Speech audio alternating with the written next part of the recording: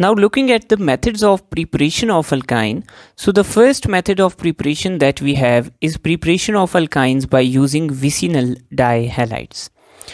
Now vicinal dihalides में आप ऊपर से भी एक HX का मॉलिक्यूल रिमूव करेंगे और नीचे से भी एक HX का मॉलिक्यूल रिमूव करेंगे, तब जाके हमारे पास दोनों कार्बन्स के अंदर ट्रिपल बॉन्ड क्रिएट होगा।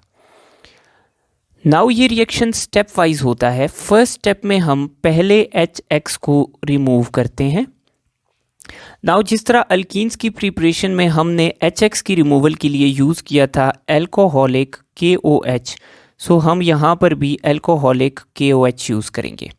सो एल्कोहलिक KOH की प्रेजेंस में हमारे पास first HX will be removed और हमारे पास कार्बन और कार्बन के दरमियान डबल बॉन्ड जनरेट हो जाएगा। नाउ सेकेंड स्टेप में हमें दूसरा HX रिमूव करना है इस कंपाउंड से, तो तब हमारे पास कार्बन और कार्बन में ट्रिपल बॉन्ड जनरेट होगा और ये कन्वर्ट हो जाएगी into an alkyne. Now second HX का रिमूवल काफ़ी डिफ़िकल्ट होता है।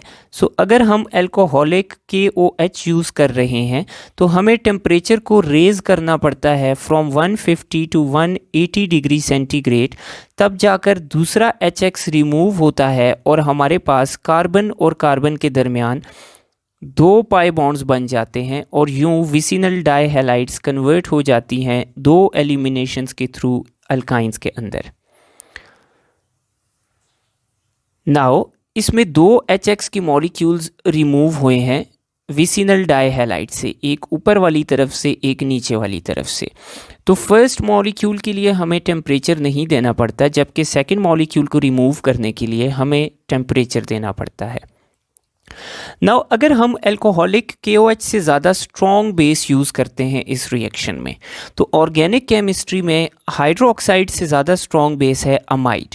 सो हम अगर यहाँ पे NaNH2 को यूज़ करते हैं एज अ बेस, तो amide is stronger base than hydroxide.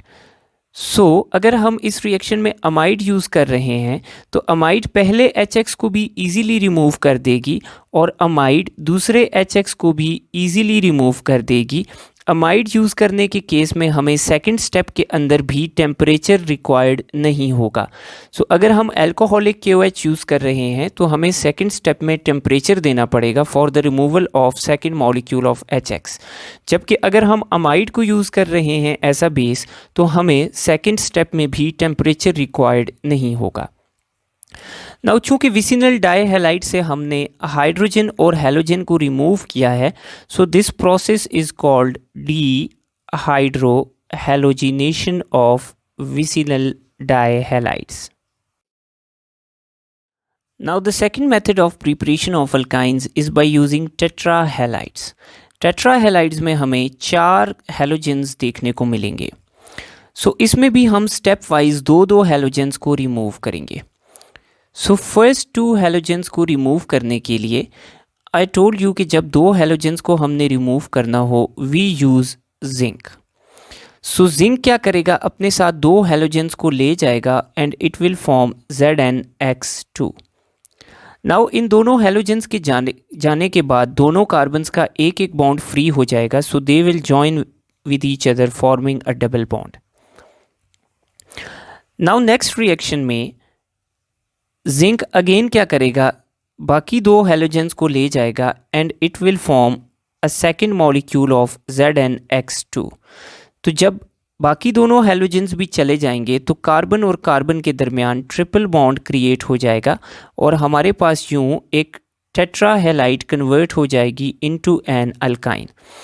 Now इस प्रोसेस के अंदर हमने हैलोजन को रिमूव किया है from tetrahalide, so we call this process dehalogenation. The third method of preparation of alkynes is calcium carbide. Now calcium carbide को use करके हम सिर्फ इथाइन को प्रिपेयर कर सकते हैं। कैल्शियम कार्बाइड को हम खुद प्रिपेयर करते हैं using carbon and calcium oxide.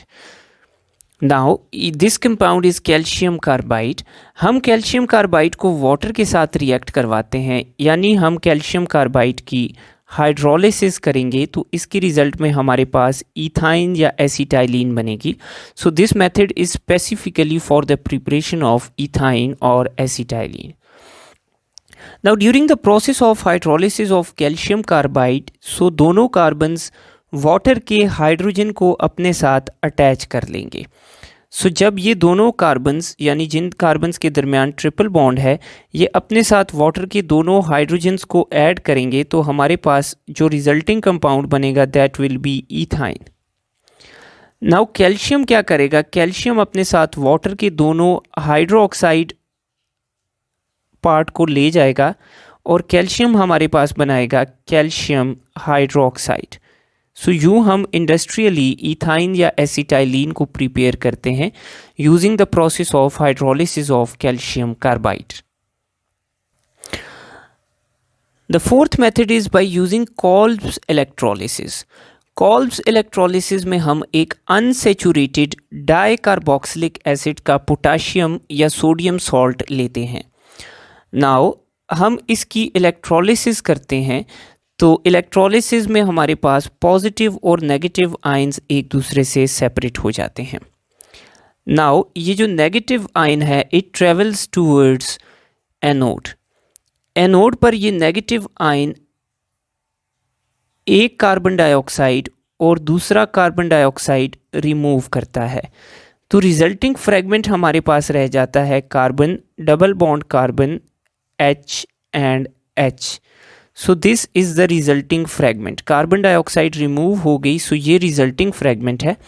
Now carbon forms another pi bond with carbon and we get alkyne as a result.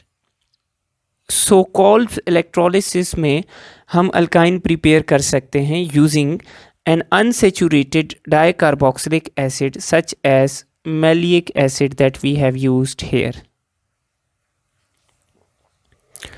The last method of preparation of alkynes is alkylation of terminal alkynes. Now इस method से हम किसी terminal alkyne के साथ hydrogen की बजाय अपनी मर्जी का कोई R ग्रुप लगा के अल्काइन के साइज़ को इंक्रीज़ कर सकते हैं. जो R ग्रुप हमने अटैच करना है टर्मिनल अल्काइन के साथ हम उस साइज़ का अल्काइल ग्रुप ले लेंगे in the form of alkyl halide.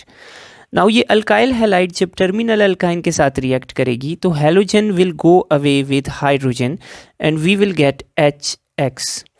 Now as a result this R group will get attached to this carbon of terminal alkyne. So हमारे पास एक terminal alkyne हमारी मर्जी की एक long chain alkyne के अंदर convert हो जाएगी. So this method is used for elongation of chain of alkynes. This is pretty much for the preparation and this lecture. Thank you.